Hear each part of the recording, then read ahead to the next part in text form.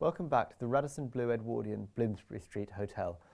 I'm Sam Leith and I'm proud to be presenting the next in our series of hidden prologues salons. This time we're seeing A.L. Kennedy, brilliant writer of short stories and novels, who's going to talk about the prose that fed into the prose.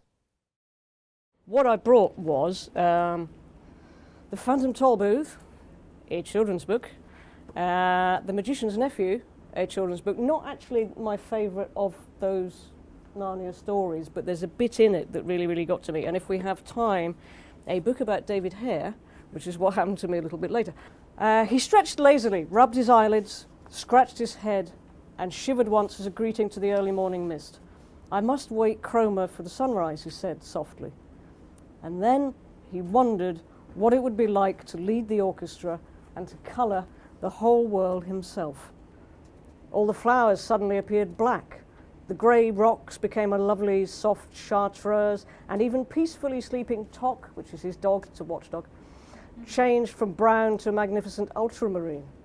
Nothing was the colour it should have been, and yet the more he tried to straighten things out, the worse they became.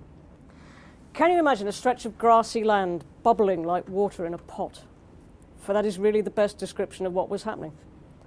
In all directions it was swelling into humps, and the humps moved and swelled till they burst, and the crumbled earth poured out of them, and from each hump there came out an animal.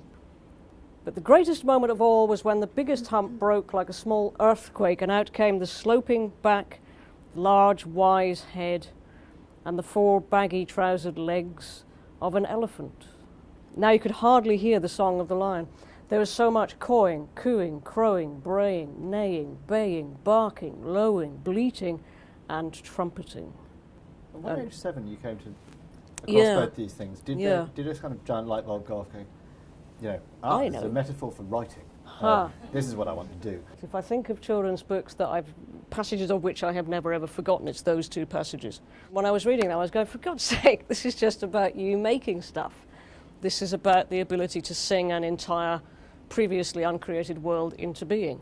The thing that was very helpful to me when I was being a very bad drama student was writing for people whose voices I knew and thinking about storytelling as telling and thinking about language as being transmitted.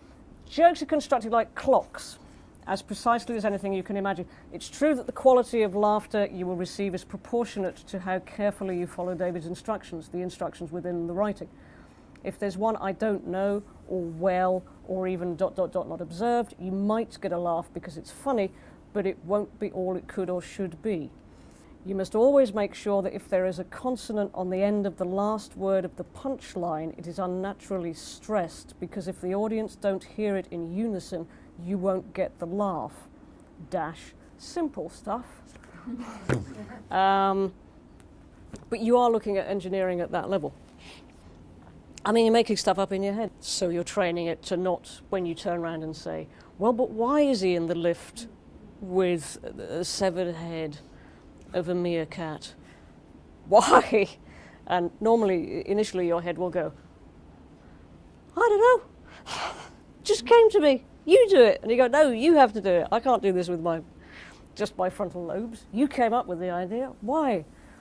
And eventually your head goes, well, maybe his mother was frightened by a meerkat, which meant she went into labour early, and so he is sprung on the world half-formed, and then you're off. You mustn't spoil your next novel by giving it away. I know. Don't talk it out. No, you couldn't decapitate a meerkat, it would upset people. Well, I'll read a little bit of this. It's probably not about finding love in a sex shop, it's about not finding love in a sex shop and finding it irritating that they haven't. I hurried from Mandy. I rushed to the extent that I could rush without suggesting unseemly desire to acquire some further contraption with which to astonish my privacy. The far wall of the shop offered objects that weren't coat hooks, that wouldn't enable arthritic hands to open tricky jars, that couldn't be used for games of hoopla, even though they were unwieldy, even though they were unlikely, even though the human pelvis could never accommodate them as an internal feature, and they were therefore unfit for their stated purpose. All these wild attempts at satisfaction, these declarations of absurd need. Chocolate-flavoured condoms, They had chocolate-flavoured condoms. You like penises, you like chocolate, why not both? Thank you very much indeed, Alison, for what has been absolutely fascinating. Thank you very much, everyone, for coming. It's been a great pleasure, and please give Alison Kennedy a very big hand.